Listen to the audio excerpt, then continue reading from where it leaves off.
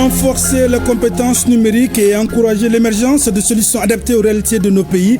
Tel est l'objectif de la 20e édition du Salon du numérique qui se tient à Ouagadougou au Burkina Faso. À suivre les détails dès le début de ce journal avec nos envoyés spéciaux Khadija Kone et Julie Traoré. L'approvisionnement du pays en hydrocarbures s'améliore. La capitale malienne, Bamako, est loin d'être à l'arrêt. Malgré la désinformation de certaines presses, la capitale malienne vit son rythme normal. Mesdames, Messieurs, bonjour et bienvenue aux informations. Direction Ouagadougou au Burkina Faso où se tient la 20e édition du Salon du numérique. Ce rendez-vous est surtout marqué par des panels, ateliers de formation, rencontres B2B et expositions. Selon les participants, c'est un cadre d'échange pour stimuler la créativité, renforcer les compétences numériques et encourager l'émergence de solutions adaptées aux réalités de nos pays. Nos envoyés spéciaux sont Khadija Kone et Julie Traoré. Dès l'ouverture de la semaine du numérique ici au parc d'exposition de Ouagadougou, différentes conférences et liées attirent un large public.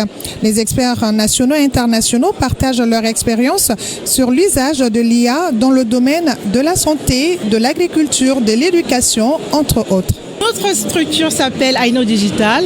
Nous évoluons dans le numérique et aujourd'hui nous sommes venus présenter notre produit qui s'appelle Sovi. Sovi, c'est une application que nous avons créée à partir des codes QR qui permettent d'alerter les proches en cas d'urgence. Si vous avez les applications pour la maternelle, ULOFO qui touche de la 6e jusqu'à la terminale et ICAM Alpha du CP1 jusqu'au CM2. Donc quand on prend l'application de la maternelle, déjà vous tombez sur une vidéo qui parle petit 2. Comment l'enfant apprend à compter, comment il connaît ce que c'est que 2. Il va, à travers le compte, qui va lui dire que petit 2, c'est cette personne qui est là, il a 2 yeux. Petit 2 a 2 oreilles. Donc à la fin, l'enfant sait ce que c'est que 2. Quand il voit une personne nette, il se rappelle les 2. Selon plusieurs intervenants, l'intelligence artificielle représente une opportunité unique pour nos pays, notamment dans l'optimisation des processus, l'analyse des données et l'automatisation de certaines tâches essentielles. Le but principal aujourd'hui, c'est d'exhiber le robot. Le robot, c'est un robot quadrupède, un robot qui a 4 pattes pour dire. Et en mot plus simple, je dirais c'est un robot chien. Donc c'est la forme d'un chien, ça peut exactement. Donc ça peut aller se déplacer un peu comme un chien, ça peut monter des escaliers, descendre des escaliers. Aussi, on peut constater l'émergence d'un véritable écosystème numérique porté par des jeunes talents ambitieux. Pour ceux porteurs de projets, cette semaine est l'occasion de présenter leurs solutions, de gagner en visibilité et de rencontrer d'éventuels partenaires ou investisseurs. Nous avons développé AEB.World, qui est une application de gestion et de chat, un peu comme ChatGPT, mais un peu spécifique pour le Burkina Faso et pour l'Afrique d'ailleurs. Si nous posons des questions sur le Burkina Faso, l'application est capable de répondre. Et aussi nous posons des questions sur l'Afrique, l'application est capable de répondre. Cependant, les participants ont également souligné les défis à relever, accessibilité aux infrastructures numériques, formation des compétences, protection des données et cadre réglementaire. Dans ce sens, des sensibilisations sont faites pour un usage responsable de l'IA. Il s'agira pour nous d'aller rapidement à la construction d'un capital humain propice au développement harmonieux des TIC, mais également avec les infrastructures aussi qui les accompagnent. Sans oublier toute la sécurité aussi qui doit être relevée autour de ces infrastructures et de ces contenus qui vont être mis en place. Dans un contexte où les services digitaux prennent une place croissante dans la vie quotidienne, les participants voient dans cette semaine une opportunité de nouer des partenariats stratégiques. Nous sommes dans la confédération de l'AES, donc unis, nous pouvons en fait mettre nos ressources, mettre en place une synergie qui puisse faire porter moins lourd en fait ce poids-là pour chacun de nos pays respectifs. La semaine du numérique se poursuivra tout au long de la semaine avec des activités destinées aussi bien aux professionnels qu'au grand public, une manière pour les acteurs du secteur d'ancrer un peu plus le digital au cœur du développement socio-économique de nos pays. Parlons à présent de la situation du carburant. Elle s'améliore et la capitale malienne Bamako est loin d'être à l'arrêt, contrairement aux informations de propagande, des informations relayées par certains médias. Voyons avec notre reporter Sodi Traoré la reprise des activités. Bamako, la capitale du Mali, vit et s'anime avec les mouvements des citoyens, contrairement à la cabale médiatique de certains médias occidentaux contre le Mali. Il est 7 heures, les élèves sont sur le chemin de l'école, les agents de l'État, du secteur privé ou de l'informel se précipitent pour regagner leur lieu de travail. Et cette quiétude est quotidienne dans la ville. C'est incroyable, ils n'ont qu'à venir à Bamako et voir la situation. Les gens bougent le matin, les gens bougent le soir, les gens bougent tout le temps. Il n'y a rien ici. Tout va très très bien ici à Bamako. Marché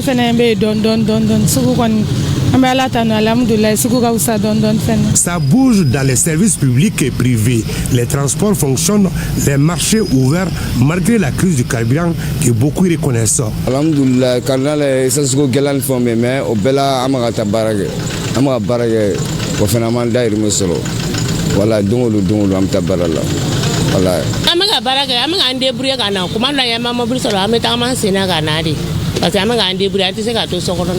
Ça marche bien, les gens ils sont comme les mêmes, ça marche, rien n'est arrêté.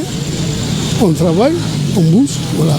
En reconnaissant les efforts continus des autorités pour approvisionner le pays en hydrocarbures et les sacrifices de l'armée dans la lutte contre le terrorisme, les usagers invitent la population à la vigilance face aux fausses informations et aux fausses alertes qui visent à créer la panique et le désordre. Il faudra effectivement accompagner ces autorités.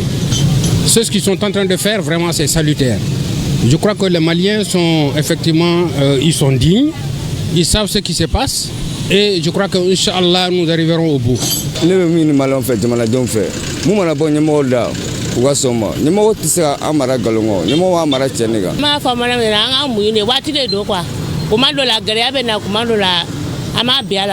Le Mali est un pays fréquentable. L'organisation de rencontres internationales à Bamako, comme le Salon international de l'entrepreneuriat de l'AES en cours ou celui de l'armement qui vient de s'achever, sont des illustrations qui prouvent à suffisance que ce pays tient debout, porté par un peuple digne dans le combat pour sa souveraineté. Voyons maintenant l'analyse de Gaussou Drabo, journaliste, ancien ministre de la Communication et ancien diplomate qui estime que ces médias sont à la solde de sponsors étatiques pour ternir l'image et nuire à la réputation du Mali. C'est pourquoi il appelle la presse malienne dans son ensemble à œuvrer pour donner la vraie information au monde entier. Gaussou Drabo est interrogé par Sidiki Dambélé. Tout d'abord, je crois qu'il faut reconnaître la mauvaise image que donnent de notre pays ces médias occidentaux. C'est une constante depuis 3-4 ans et ça varie d'intensité selon les périodes, mais c'est installé comme un phénomène permanent. Maintenant, dans la conjoncture actuelle, si on retourne sur un récapitulatif des faits, on se rend compte que c'est une attaque des djihadistes qui a l'énoncé de mesures de prudence par les chancelleries occidentales qui a réveillé, par exemple, le quotidien du Monde qui a fait un très long article sur le Mali. Et aussitôt, lorsque vous connaissez le fonctionnement des médias occidentaux, dès qu'une rédaction s'embarque sur un sujet aussi brûlant, les autres se mettent en rang pour également traiter ce sujet. Et chacun fait de la surenchère. Le problème, c'est qu'effectivement, ils n'ont aucune sympathie pour le Mali. Deuxièmement, qu'ils ne sont pas des connaisseurs du Mali. Quel message politique peut-on lire derrière cette attaque et qui peuvent se cacher derrière ces attaques-là contre notre pays? Bon, je crois qu'on a souvent utilisé, disons, la dénomination sponsor extérieur pour, disons, désigner certaines influences politiques très fortes qui mettent en route les médias. Bon, je crois que cela est indiscutable. De ce côté, le coup de pouce initial est indéniable. Et disons, le reste s'est enchaîné avec le travail des rédactions peu spécialisées, attirées par un sujet, à mon avis, fantaisiste, et attirées également par, disons, le manque de matière journalistique abondante et intéressante à cette période bien précise. Alors, dites-nous, quelle doit être la réaction des journalistes maliens aujourd'hui, de la presse malienne dans son ensemble, pour faire face à cette cabale médiatique internationale? La presse malienne et les relais sociaux maliens ont un rôle important à jouer dans la situation présente. Chacun a son public, chacun a ses destinataires et chacun a sa manière de traiter l'information. Donc, mais lorsque l'information est traitée de bonne foi et avec un minimum de sincérité, elle contribue, disons, à apaiser certaines situations extrêmes. Et aujourd'hui, nous sommes dans un contexte complètement inédit pour notre public. Donc, si nous n'avons pas de panacée, nous avons seulement des initiatives faites de bonne foi pour d'abord essayer d'atténuer et ensuite pour résoudre la situation.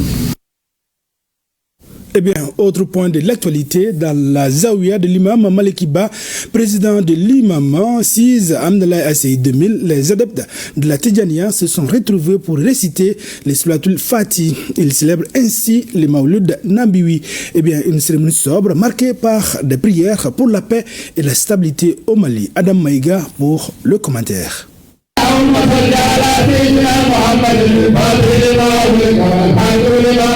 Face à face, assis dans un cercle sur un tapis, les adeptes de la Tidjania récitent le Salatul Fati, une invocation qui s'inscrit dans le cadre du Maulid Nabawi, l'anniversaire du prophète Mohammed, paix et salut sur lui.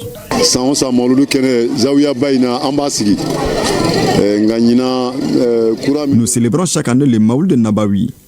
Cette année, la particularité est que nous l'avons célébré avec simplicité, à cause de la crise du carburant.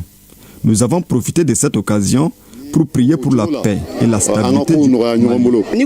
Le Maolid est synonyme de bonheur pour moi. Il rappelle la naissance du messager d'Allah, envoyé pour guider toute l'humanité sur le droit chemin. Renforcer la foi, instaurer la paix et la cohésion sociale entre les musulmans et prier pour le retour de la stabilité au Mali figurent parmi les objectifs du Maulid Nabawi. Au cours de la cérémonie, bénédictions et prières ont été formulées pour la paix et la stabilité du pays. L'objectif du Maulid Nabawi est, entre autres, de renforcer la foi, d'instaurer la paix et la cohésion entre les musulmans et de prier pour le retour de la stabilité au Mali. Qu'Allah accepte nos prières. Cette célébration montre l'importance de la religion musulmane ainsi que la valeur de la paix et de la cohésion dans la société. Eux-mêmes dans la simplicité, les Maulouds ont rassemblé les cœurs autour des mêmes vœux, la paix pour le Mali. Un tour dans nos régions a commencé d'abord à Sikasso, en troisième région, pour la mise en œuvre du programme de développement économique, social et culturel de la commune rurale de Kapolondougou. En tout cas, pour les 5 années à venir, il faut plus d'1 milliard de francs CFA. Le document de cette prévision a été présenté aux partenaires et aux représentants des populations pour validation. La rencontre s'est tenue au conseil régional de Sikasso. Compte rendu Mariam Touré, Suleiman Bamba. Permettre aux partenaires et ressortissants et services techniques de s'approprier le contenu du plan de développement économique, social et culturel PDSEC de la commune rurale de Kapolondougou, tel est l'objectif de la présente rencontre. 1 735 000 francs CFA, c'est le coût global de la réalisation de ce plan quinquennal 2023-2028. Les grandes actions du PDSEC tournent autour de l'agriculture. Nous sommes une commune agro-pastorale. L'éducation, la santé. Nous avons dit qu'il faut que le PDSEC arrive à faire en sorte que les populations sortent de la pauvreté. Sortir de la pauvreté, ce n'est pas quémander de l'argent de l'extérieur. C'est nous-mêmes qui devons travailler. Ça fait maintenant 3 ans que le projet Doutoloma travaille avec la commune de Kapolondougou, qui travaille principalement avec 4 coopératives partenaires. Pendant ces 3 ans, on a mené des sensibilisations en termes de développement organisationnel, changement climatique, alphabétisation, protection de l'environnement. Les ressortissants venus nombreux pour la cause se disent prêts à s'impliquer davantage afin de traduire en actes concrets le contenu de ce plan. Nous, on peut avoir comme appui, ce serait de sensibiliser les populations de nos différents villages pour les amener à mieux comprendre que le développement ne peut venir que de nous-mêmes.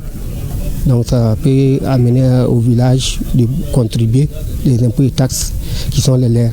À noter que les travaux de présentation de ce PDSEC ont pris fin par la formulation de certaines recommandations susceptibles d'apporter un plus à cet outil de référence de la collectivité.